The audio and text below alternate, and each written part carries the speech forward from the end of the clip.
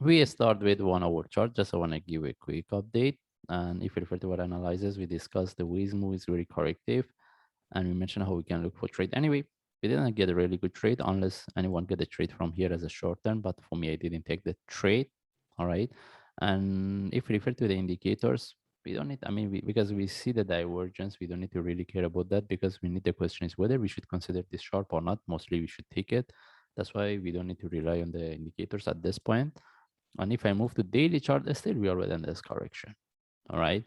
Now, the only thing is we need to be aware about this. And even we can expect the price drop to 50.1. Same explanation as what we explained in my last analysis. Any reversal, this is what I'm looking for.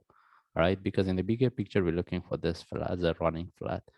It doesn't mean the price cannot continue from here. At this point, or still we can look for this one as a running flat. But at the same point in time, we need to be quite careful about this one next drop before we get the reversal. That's why if we want to look for buy, we need to be really careful because if you move to forward chart, the way is reversing is really corrective.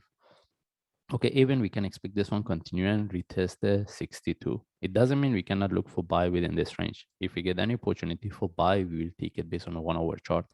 But if we conform with this move, with this correction, this is where we can take the trade for the long term. Whether we get or not, we cannot. I mean, we are not sure about that. But if we get, for me, this is what I prefer.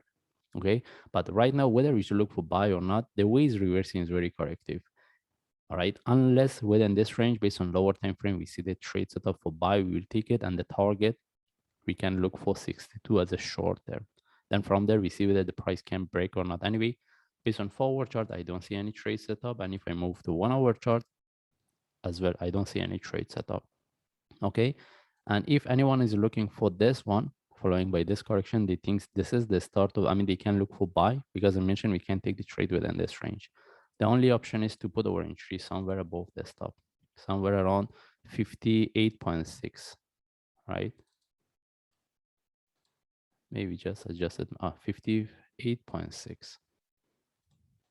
And in that case, if the price consolidate here, we want the price sharply breaking continue. It's not a really good trade setup. If anyone wants to look for buy within this range, I mean, from this correction with the target of the 62, this is the only way. It's not, again, is not really good trade setup, but this is, at this point, this is the only option. And we will, if the price tag, this is not moving, we should know that we mentioned we can expect the price to drop.